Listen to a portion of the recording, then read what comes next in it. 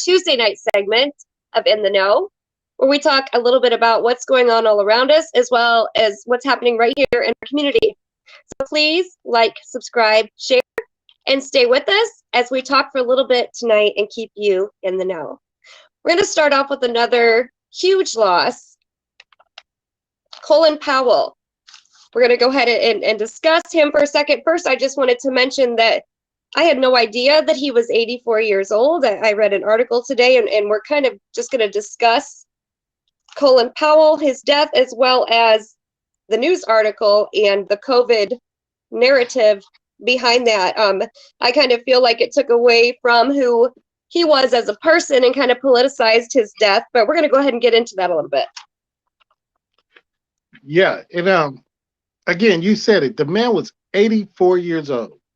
Who's not to say that it just wasn't his time? It's unfortunate that he did pass, but at 84 and he was battling cancer and a whole lot of other things, who's to say that none of those things was the cause of his death? Bringing up the COVID, I do believe it's political, but it's unnecessary. Just let the man go in grace. Well, rest in peace to Colin Powell and his family.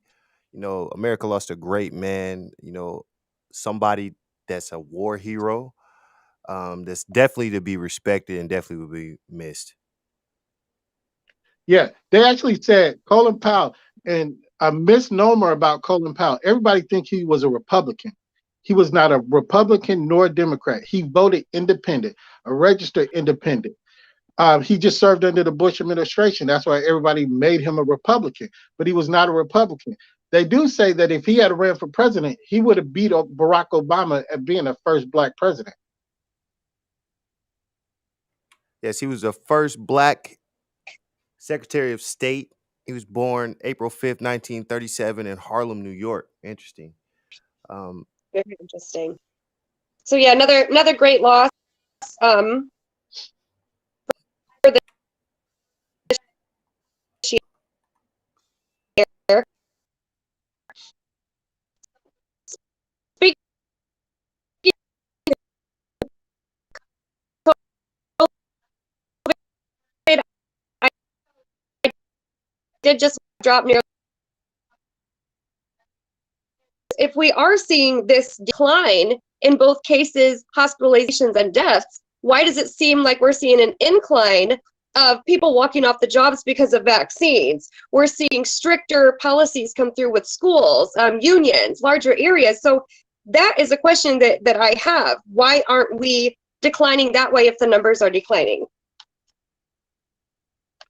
Well, you said it the last month, but if you look over Allen County numbers, in the last 3 months, there has been a decline, a steady decline.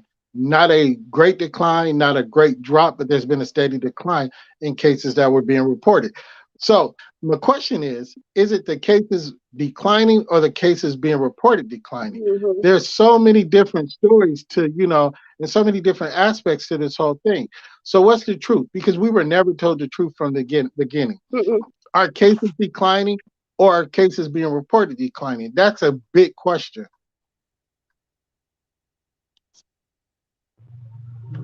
Right. I think that is a very good question. And, like I stated at the end of the article, we're just going to have to learn to live with it. I mean, that's a scary statement, but this whole time, the narrative and the whole intention, has been fear. So I think that kind of just rolls along with it. Something else that's being talked about all over the place are these ships, these cargo, everything, all these products going to the grocery store and not finding bread. And if you do, it's $3. So I know there's been a lot of rumors about why these ships are sitting out there. I ran across something in the Business Insider, and they said this has absolutely nothing to do with anything other than consumers are demanding more than is being supplied. I'm not sure that I quite believe that as far as the reasoning behind these ships just sitting there. You say they said that it was consumer driven? They said that this was consumer created. In fact, they said the ratio inventory to sales is at a 10-year low. And during the first 9 months of 2021, retail sales were up nearly 15%. America has imported record amounts in the last 8 months, causing supply congestion. But remember in the middle of last year when everybody stopped making everything? Mm-hmm. That's why, I mean, think about it.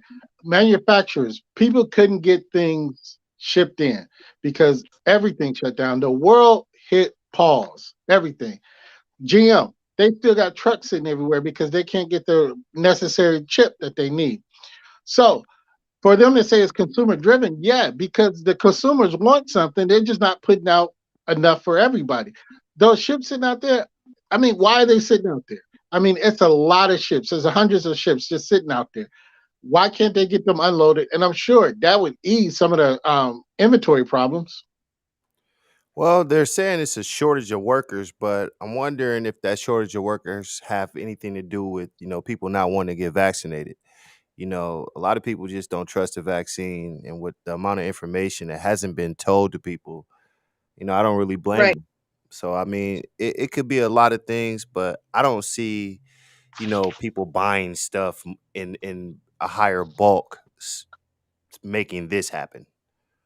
So Right, right. But still, in the consumer, the consumer influence, think about all that money that they poured into the the economy, the stimulus checks, the everything. They were just giving away money. So that made people, oh, I got a little extra money. Let me buy more. And without this them ain't this putting ain't out the more, first time Americans that had money. Like, we have money. We go crazy every year for Christmas. I mean, what's the difference? well, didn't get it in those increments, those large increments. Think about it. I mean, you got like, let's compare. You got about 5 tax checks this year. Right. And with that, people just spent more. Well, I agree, but I don't think that's the only cause. That may be a factor of it, but I highly doubt if that's the full thing. I agree. I agree. I agree. I do. Your point is very, do these people not want to get vaccinated? It still goes back to where people have a freedom. Are you making people livelihood based on them getting a vaccine? And people are taking a stand. Well, it just makes Well, no and sense. I'm sorry, go ahead, Jill. you talk about people taking a stand. So we discussed last week, I believe it was last week, with Southwest Airlines and everything that was going on with that. So once Southwest Airlines saw the impact that their vaccine mandate was having, I just saw about an hour ago, I read an article that stated that they are going to go back on their mandate policy. So they're going to make some changes. Well, of course they are, because they have no employees, they have no pilots, they have this, but none of that mattered until money was taken away from them. So, like, this isn't about a vaccine. This is about control. This is about money. All these things that are happening are backfiring, and that's what we're seeing right now. Well, I mean, I think about it like this. If you choose if you want to have something injected into your body. Mm-hmm. Mm-hmm. It's just kind of that simple. So I don't agree or disagree with people that want to get vaccinated or not. I mean, it's your choice. I don't live in your body. I won't suffer your repercussions. So when it come down to it, if that's the key factor in it, I can see that because you can't even keep people at Hardee's to run the Right. restaurant. Right, So nowhere. it's not a far shot to see what's happening out west and other ports in our country Right. and put two and two together. Right. And I'm glad you brought that up because actually this week we're going to be talking about freedom of speech. Is freedom of speech free? What's the cost? So we are going to be talking about that.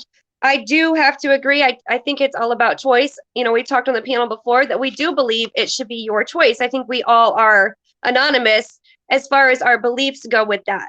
So, thanks for being with us for these little pieces of information tonight about what's going on. Please join us tomorrow at 8:30 as we discuss freedom of speech. And is it Yeah. really free? Yes, do not miss it. You guys are gonna be into a very lively conversation. So Yeah. Yeah. And your voice matters. We want your comments and everything, your concerns. Use your voice.